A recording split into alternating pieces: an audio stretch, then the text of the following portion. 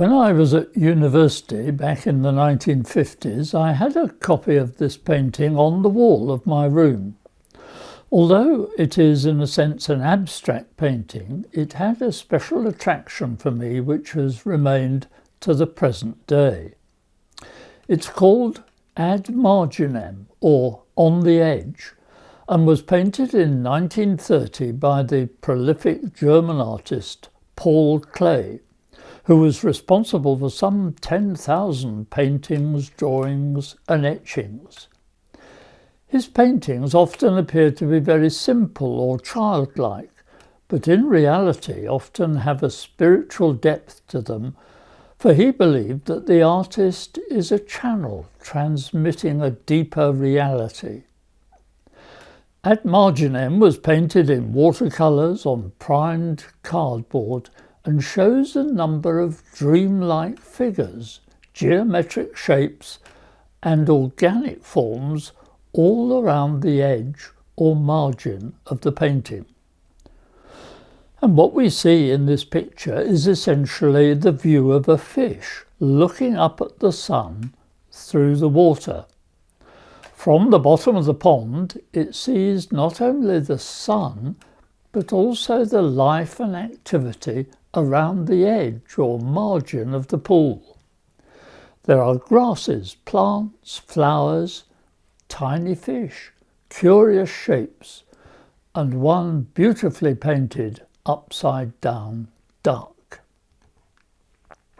However, the painting can also be seen as a kind of mandala or an expression of the human condition. Over the centuries, spiritual writers have always claimed that there are two parts to our being, well illustrated in Jesus' encounter with Martha and Mary. There is first of all the ego, the busy, active self, concerned with all the detail and necessities of everyday life.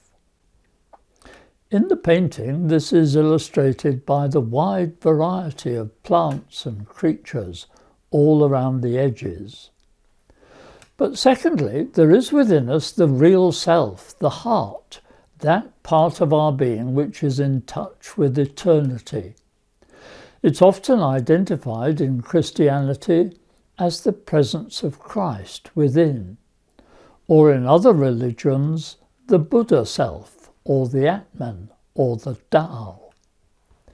In the painting, this part of our being may be represented by the image of the sun, circular in shape, indicating its eternal dimension, and its warm colouring suggests the divine nature of compassion and self-giving love. Now, it has to be said that for most of us, we live normally on the margins, caught up in the business and activity of 1,000 things to do or see. The other part of our being is always there, but often we are unaware of its presence. However, Jesus was someone who was very aware of the presence of this divine nature within him and spoke about it in his Sermon on the Mount. So how are we to find and live in this deeper part of ourselves, which St. Paul called Christ in you, the hope of glory? There are many ways, but one way is suggested by this painting by Paul Klee, and it involves taking time to be still and to attend and look.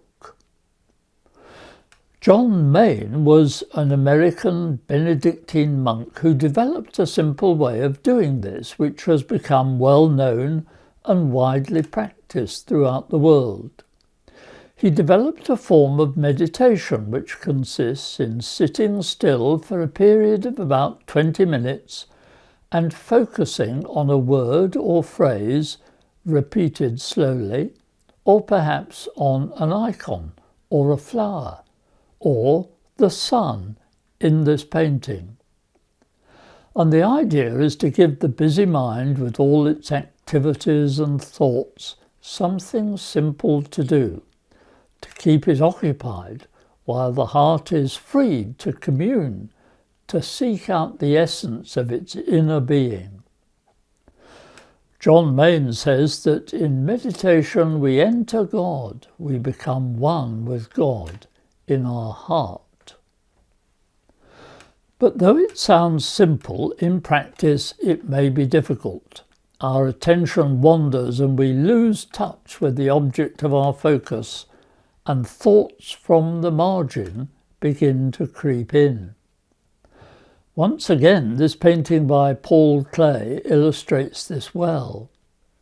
The water in the pond is still. If it were not, then the image of the sun would be blurred and unfocused. If we make this image of the sun our point of focus, we soon find that thoughts from the margins, from our everyday life, start drifting in. In fact, in the top right-hand quarter of the picture, you can see a long strand moving down from the edge and threatening to obscure the sun. Sometimes all sorts of irrational thoughts spring up from the unconscious, rather like some of the curious shapes and letters in the picture. And the answer to all these thoughts from the margin is simply to let them go gently and return to our point of focus over and over again.